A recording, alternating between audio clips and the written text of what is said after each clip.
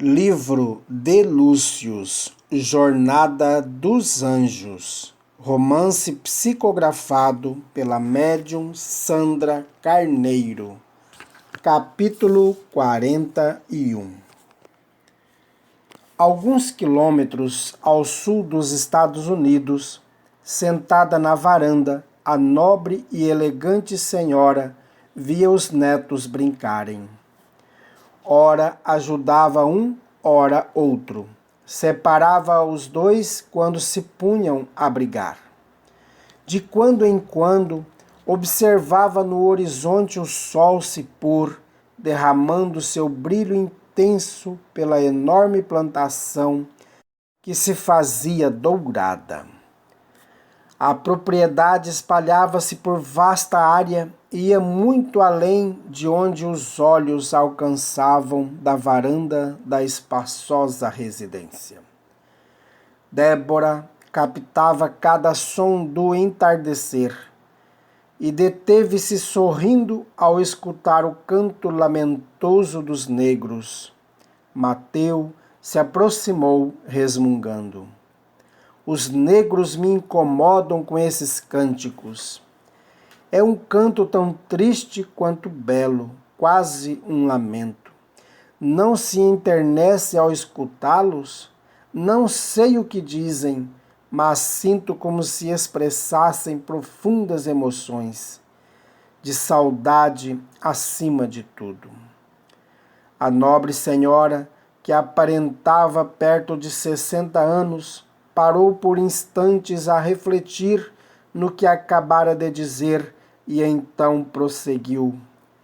Por certo, devem sentir falta de seu lar na África e dos parentes e amigos dos quais foram violentamente arrancados. Mateu encarou a esposa a quem amava e por isso era incapaz de contrariar e respondeu: Não se engane, minha querida, eles não se sentem da mesma forma que nós. Não pode compará-los conosco. Fitando o esposo com seus olhos azuis de intenso brilho, a mulher replicou: E por que não? São pessoas idênticas a nós. Não são idênticas a nós, são negros. Erguendo-se devagar, ela tomou o chapéu que depositara sobre uma pequena mesa, repleta de vasos de flores, e sustentando com tristeza o olhar do marido, falou: Quem não deve enganar-se é você, Mateu.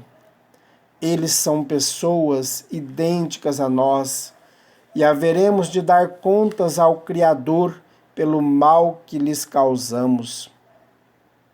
Você sabe bem que por mim jamais teríamos um escravo sequer. E olhe que nosso governo dá sinais claros de que também não aprova a escravidão. Proibiu a importação de escravos e peço a Deus que muito em breve ele acabe de vez com essa situação, abolindo a escravidão e libertando todos os escravos. Não sabe o que está dizendo. Toda a prosperidade de nossa cidade, de nosso estado e até de nosso país depende em grande parte do trabalho desses homens que foram criados por Deus para nos servir. Você está iludido, meu esposo. Nosso país prospera nos estados do norte, quase sem escravos. Eles ainda têm muitas fazendas com escravos. Sabe que o norte praticamente acabou com eles. São livres e contratados. Por que interessa às empresas ter gente livre e assalariada para comprar os produtos que produzem em larga escala? De fato, a indústria não para de crescer por lá. Tocando com ternura e suavidade o braço do esposo, ela sugeriu: Embora eu ame nossa terra natal, a terra de nossos pais, fico pensando se não seria melhor irmos embora daqui. Vender tudo e ir para o norte, onde você poderia investir nossos recursos na indústria e fazê-los crescer ainda mais, sem a necessidade de nenhum escravo. O marido fitou-a incrédulo. Já não é feliz aqui? Ela o abraçou. Sou feliz ao seu lado e de nossos filhos e netos. Não obstante, você sabe o quanto sofro ao ver esses homens e mulheres que julgo serem exatamente como nós, aprisionados e tratados de forma tão cruel, tão desumana. Em consideração a você, são muito bem tratados. Nunca machuco nenhum deles. São alimentados com dignidade e moram em casas bem confortáveis, ao invés de viverem amontoados como em outras fazendas. Débora baixou os olhos marejados e balbuciou. Não é suficiente para mim. Desejo que todos sejam livres, tendo seus direitos respeitados. Direitos? Que direitos? São escravos. Você está exagerando, passando de todos os limites.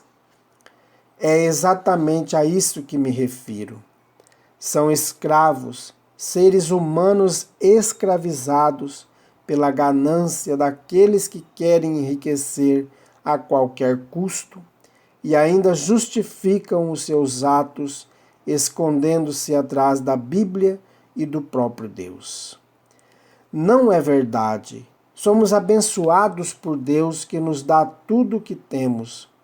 Se temos muito, é porque fomos muito abençoados, apenas isso. Buscamos fazer a vontade divina em tudo, e o Todo-Poderoso nos abençoa, fazendo-nos prosperar. Somos todos os irmãos, Mateus, todos irmãos, filhos do mesmo Pai, e temos de nos amar e respeitar mutuamente.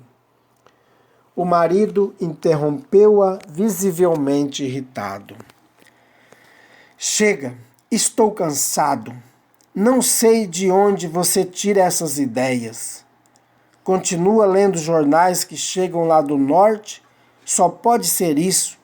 Vem de lá esses conceitos libertários, abolicionistas. Não imagino que ouça tais opiniões do pastor de nossa igreja, nem nas reuniões de mulheres que frequenta. Débora ficou pensativa. Mateus ia prosseguir quando uma jovem empregada aproximou-se e informou. Senhora, o jantar está pronto. Podemos servi-lo? Débora olhou para o marido, que, ignorando a jovem, respondeu. Sim, já vamos entrar. Depois fitou a esposa. Não concordo que tenha dado a liberdade a ela. Isso é um péssimo exemplo e um precedente perigoso. Ela é como a filha que não tive. Jamais poderia deixá-la continuar escrava. Além do mais, prometi à sua mãe, quando morreu em meus braços, que tomaria conta da menina. Sara é uma excelente moça. Você não pode queixar-se dela. Não é dela que me queixo, minha esposa, e sim da senhora, que não se dobra à minha vontade. Agora vamos jantar, que essa conversa já me cansou. Após sentarem-se à mesa, longo silêncio se seguiu. Foi Débora quem por fim o rompeu. Quando Sam chegará de Nova York? Não sei. Seu filho está cada vez mais ausente da fazenda. Faz essas viagens com frequência e quando retorna fica pouco e já parte novamente. A única vantagem é que tem negociado bons escravos para nós. Como consegue? São fazendeiros do norte que, ao contrário do que a senhora me disse há pouco, não libertam seus escravos, e sim os vendem para o sul. Acontece todos os dias. Não é verdade. É verdade sim. Eles os vendem para o sul, sabendo que continuarão sendo escravos. Aqueles Yankees não querem perder nada. Isso deve ocorrer muito ocasionalmente. Sam me disse que está ganhando um bom dinheiro com a venda de escravos para as fazendas do sul. A quantidade não deve ser assim tão pequena. Indignada, Débora protestou. Ele não deveria estar aqui a seu lado, ajudando-o com os nossos negócios, ao invés de se meter a comercializar homens e mulheres? Você conhece Sam melhor do que eu e sabe que ele tem um temperamento inquieto e insatisfeito. Nunca está contente, quer sempre mais.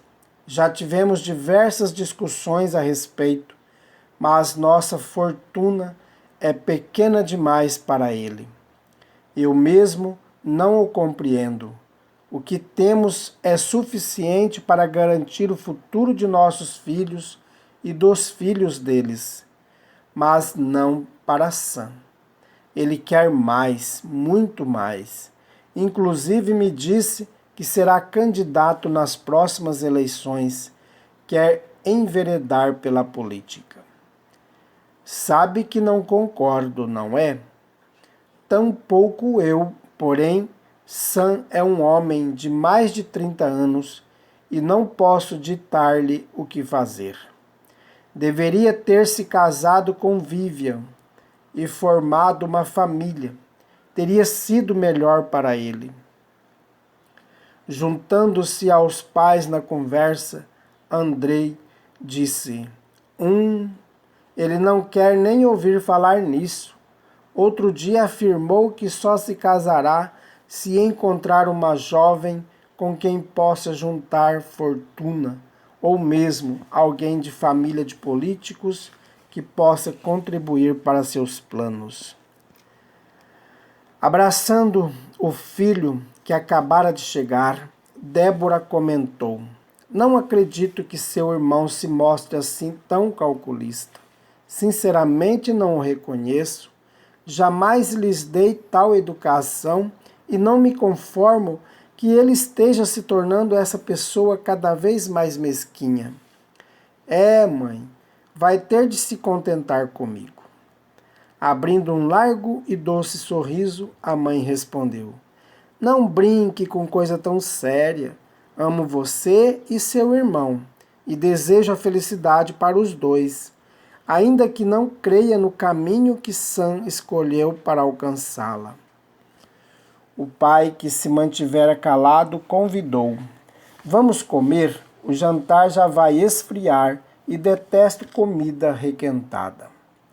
Andrei sentou-se ao lado da esposa e dos filhos. Jane estava grávida de 8 meses e logo daria à luz mais 2 bebês. Distante dali, em um bar em Nova York, próximo ao porto, Sam negociava mais uma remessa de escravos. Quero que me tragam mais escravos. Tenho compradores para tantos quantos conseguirem. Vamos trazer o que for possível. Temos sido fiscalizados antes de entrar no país e já tivemos de lançar muitos deles ao mar para evitar que fôssemos pegos. Malditos Yankees! Olhe como fala. Desculpe, é força do hábito. É que esses nortistas estão prejudicando meus negócios e de minha família. Não queremos a libertação dos escravos, e sim liberdade para comercializá-los à vontade. Aproveite enquanto pode, Sam, pois a abolição virá. Todos com quem temos conversado aqui no norte estão fazendo de tudo para torná-la realidade. Se for preciso, pegarão em armas contra os sulistas. Pode ter certeza, até o próprio presidente é um abolicionista.